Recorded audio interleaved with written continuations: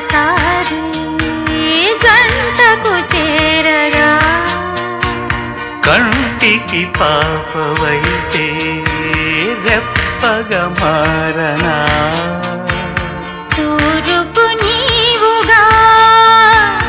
రేపువ నేనుగా అల్లిక పాటగా